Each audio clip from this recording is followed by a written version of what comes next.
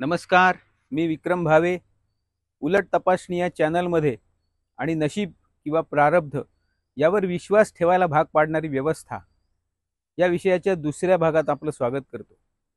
मंडळी, पहिल्या भागात आपण पाहिलं की ही व्यवस्थाच म्हणजे घटना किंवा संविधान यामध्ये समाजवाद किंवा धर्मनिरपेक्षतावाद असे वेगवेगळे वाद घालून त्या संविधान किंवा घटनेच्या पायावर उभी राहिलेली व्यवस्था मग कसा विज्ञानवाद आणि बुद्धिनिष्ठा आणि ह्या सगळ्याचा प्रचार करते, पण प्रत्यक्षात ती व्यवस्था आपल्याला नशीब किंवा प्रारब्धावरच विश्वास ठेवायला कशी भाग पाडते ते पाहिलं.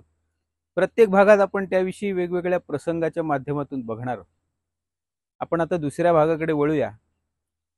तत्पूर्वी आपल्या सगळ्यांना माझी विनंती आहे की या चॅनलला सबस्क्राईब करा, लाईक करा, शेअर करा या चॅनलवरचे व्हिडिओ.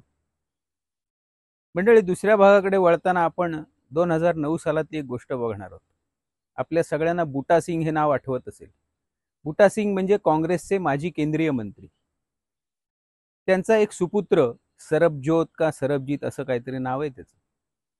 2009 मध्ये या सरबजोत का सरबजीत जो कोण सुपुत्र होता बूटा सिंगांचा, त्याला 1 कोटीच्या लाच प्रकरणात सीबीआयने अटक केली होती. आता त्यावेळेला हा सुपुत्र 30च्या आसपास वयाचा आणि 100च्या आसपास वजनाचा होता बरं का. त्या विशेष न्यायालयापुढे त्याला हजर केल्यानंतर 8 दिवसाच्या आत त्याला जामीन संमत करण्यात आला आणि माननीय मायबाप न्यायालयाने त्या सुपुत्राला जामीन देताना केंद्रीय मंत्र्याच्या कारण काय दिलं, तर कारागृहात हा राहिला तर ह्याच्यावर वाईट संस्कार होतील आणि हा अजून भविष्यात मोठा गुन्हेगार बनेल.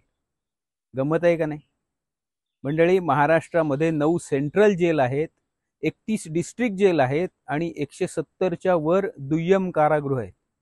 या सगळ्या कारागृहांमधली जर संख्या आपण काढली 20च्या आसपासचे तरुण जे पाकिटमारी, सोनसाखळी चोरी अशा बारीक सारीक गुन्ह्यांमध्ये आत आहेत 6-7 महिन्यापासून किंवा वर्षभरापासून. पण मंडळी, ही संख्या काही हजारात असेल बरं का, पण आजपर्यंत ही सगळी मुलं म्हणजे देशाचं भविष्य आहेत वगैरे वगैरे असं कोणाला आजपर्यंत वाटलं नाही. फक्त केंद्रीय मंत्र्याचा 30 वर्षाचा आणि 100 किलो वजनाचा मुलगा कारागृहात गेला तर त्याच्यावर वाईट परिणाम होतील आणि तो मोठा गुन्हेगार बनेल असं सगळ्यांना वाटतं. पण ही हजारो मुलं 20च्या उंबरठ्यावरची 6-6 महिने वर्षभर सडतायत मंडळी.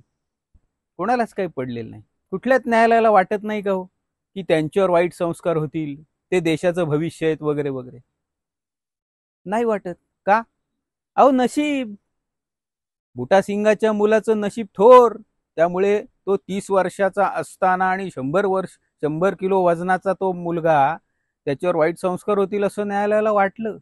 पण 6-6 महिने वर्षभर पाकिटमारी सारख्या छोट्या छोट्या चोरीसारख्या गुन्ह्यामध्ये 6-6 महिने वर्षभर ती 20च्या उंबरठ्यावरची मुलं जी देशाचं उज्ज्वल भविष्य आहेत तसं म्हटलं तर, त्यांच्यावर कसे संस्कार होतील याबद्दल कुणालाच काही पडलेलं नाही. कदाचित असं असेल बरं का की मंत्र्याचा मुलगा जेलमध्ये गेला तर त्याच्यावर वाईट संस्कार होतील आणि सामान्य जनतेतली मुलं जेलमध्ये गेली तर त्यांची लायकीच ती आहे ना, अशी कदाचित धारणा असावी व्यवस्थेची.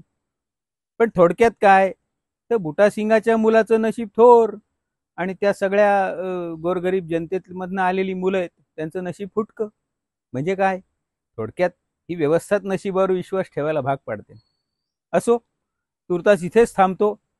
पुन्हा भेटूया पुढच्या भागात एका नवीन मुद्द्यावर चर्चा करण्यासाठी. तोपर्यंत नमस्कार. जय हिंदू राष्ट्र.